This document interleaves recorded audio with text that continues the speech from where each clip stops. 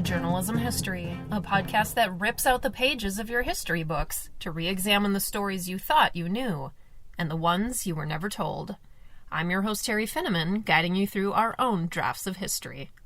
This episode is sponsored by the Texas Christian University Bob Schieffer College of Communication, where students learn to practice journalism with the persistence, civility, and integrity embodied by legendary CBS News journalist Bob Schieffer. We've created 5 mini-episodes featuring suffrage researchers who spoke at an American Journalism Historians Conference. This is part 5. To learn more about the suffrage movement, a website called suffrageinthemedia.org was created to provide primary source materials, links to essays, and other new historical work, and information about the centennial.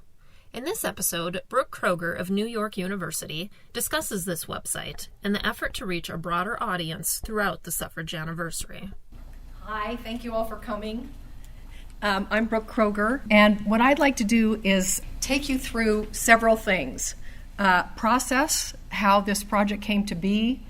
Its genesis was a lot earlier than you might think.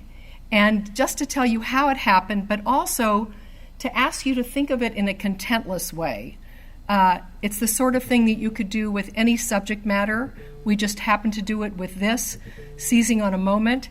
And so as you hear me take you through this, think about how you could apply it to the research that you do with just a few helpers along the way.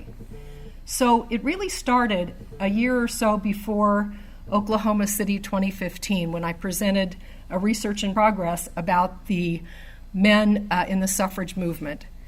And what follows was a little bit self-serving, I have to acknowledge. I became very, very interested in the forthcoming centennial, knowing that it was either 2 years out for New York or 4 to 5 years out for the national celebration, and started to think about ways that you could, through media and the things that we're interested in, make this a larger subject.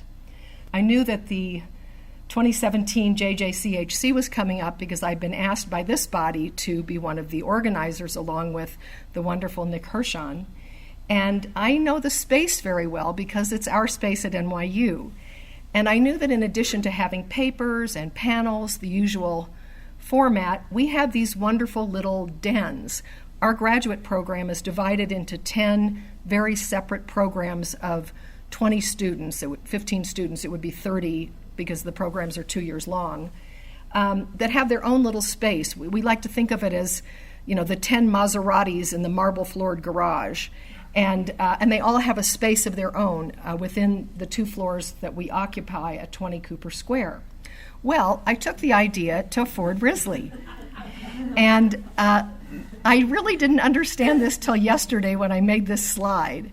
But I said, Ford, could the journal do something about suffrage? And he did not hesitate a nanosecond and said, absolutely, we can do that. He said, this is what it's going to take, and he laid out exactly the path to get there, saying it was going to take 2 years. Wire service reporter that I am, I'm just going, oh, okay, 2 years, but he was exactly on the money. What I did not realize in his response, besides the fact that he had the authority to do it and the money, because that apparently exists within our Taylor and Francis franchise, that Ford had been the guest editor in 2009 for the Abraham Lincoln special issue. So he knew a great deal about how this could be done and would be done, and seemed to embrace it quite immediately. So he and I started to throw around names to who we could put together for a committee, and a publishing date of spring 2019, which was our goal. To do that, we have to be ready by January, and it looks like we're on track. These are the dens. As you can see, this is the GLOJO Den, my program, Global and Joint Program Studies, which is half in journalism and half in 9 different area studies programs, Latin American studies, Africana studies, etc.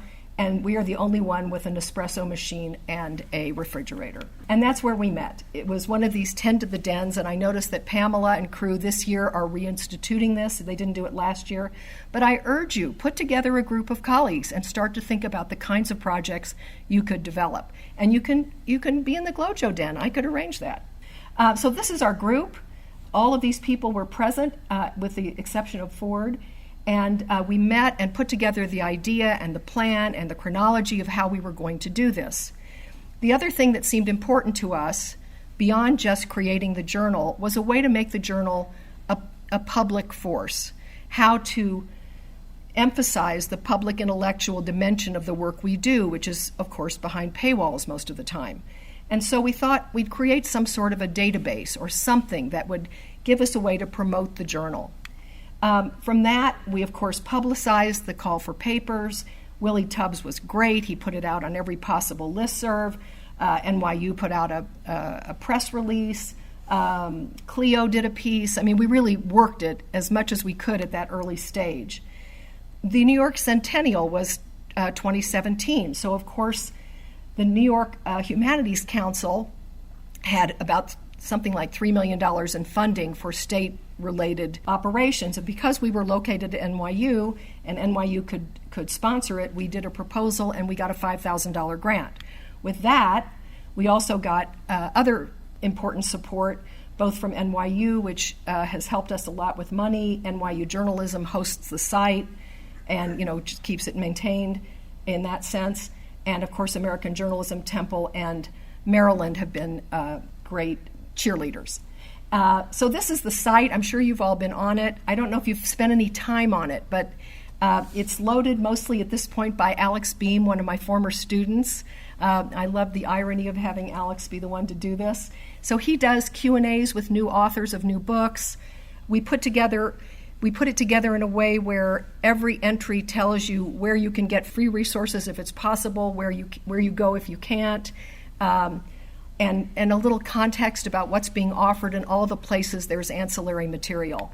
The other thing that's, I think, fantastic about it is that it has one of the best filtering browsing systems you've ever seen, because there are a zillion categories: postcards, pro-suffrage, anti-suffrage. You just plug in what you need, and when you hit that submit button to apply the filters, what you want really comes up as opposed to the usual mess we see. So it's a really well-designed site. Thank you, Garrett Gardner. And just to show you the data usage, this is since we launched, which was 3 months after that meeting on June 10th, 2017, till the end of September. This is just a picture of our usage. It's about 62 active users a day, which is kind of stunning when you think that only states are really on the suffrage bandwagon at this point, and as many as 1,500 per month, at least in this period. That would be an average. So it's pretty much, right? Okay, so then we put out the call to papers, as I said. About 25 to 27 proposals came in. We only could include 5 for space, so that was a painful process of elimination. We met again, our group, at the 2017 Chicago AEJMC. We went through, these were full dress 5-page proposals, not just abstracts. So a lot of work had gone into them, and chose the 5 that we thought would work well for us, and those are our authors. And of course, that's a fake version of our spring 2019 and what we hope it's going to look like. And so what you're seeing now was the original conception of the database that, of course, has become this 2,000-item juggernaut. So all of that happened. And then in the midst of all this creation came an idea from Linda Steiner and Carolyn Kitsch to think about, should there be a book about suffrage in the media? And so quite apart from this project, another project developed, and University of Illinois Press is going to publish it. So that's our story. Thanks for tuning in, and additional thanks to our sponsor, Texas Christian University. Until next time, I'm your host, Terry Finneman, signing off with the words of Edward R. Murrow. Good night, and good luck.